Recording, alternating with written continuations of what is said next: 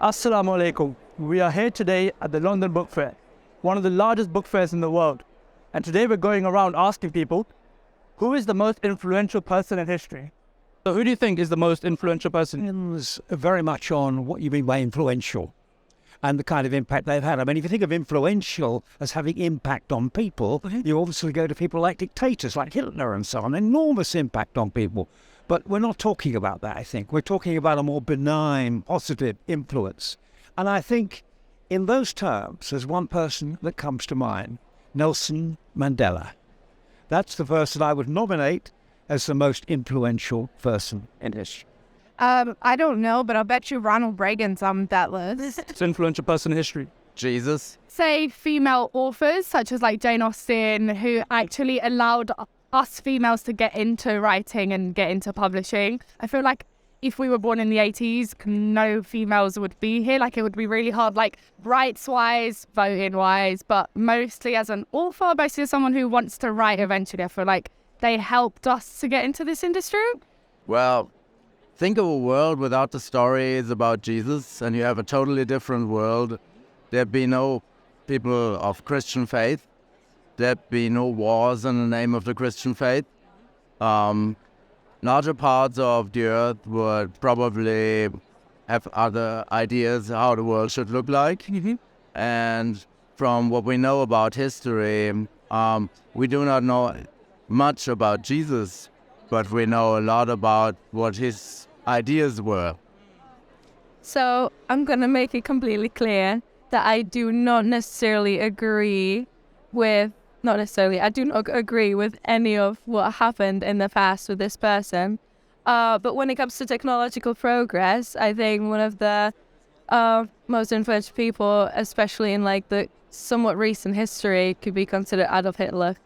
And that's because of how much the Central and Eastern Europe has progressed because of him and what he's done. I mean, it wasn't great. It was in no way, shape or form.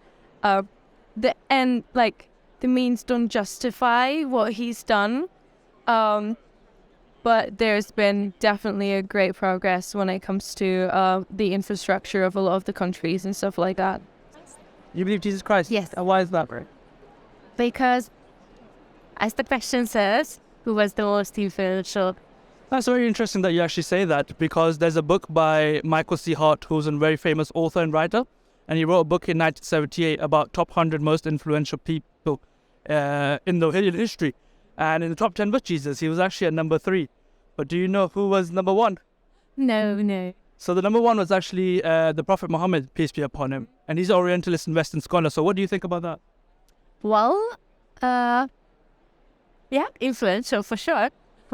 I think it's pretty much the same reasoning as you would have Jesus in the top 10 as well. And he mentioned Moses, Abraham, and some other prophets as well in his top 100. Because not only were they spiritual leaders, but they, in a sense, they became worldly leaders as well.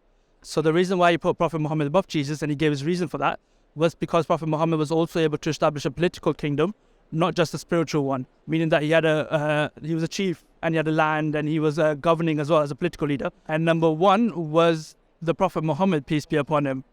Did you guys know that? Yes. I didn't know it, but I thought that he would be in there somewhere, definitely. I just remember that book. Yeah, especially since Jesus is number 3. He also put a lot of other religious leaders, like Moses is there, Abraham is there, narrations as well. That was the thing there. Prophet Muhammad had a lot to do with women as well. And number 1 for him was actually the Prophet Muhammad, peace be upon him. Oh, that's a very good alternative to Jesus. Okay. Probably it depends on with which prophet you were raised.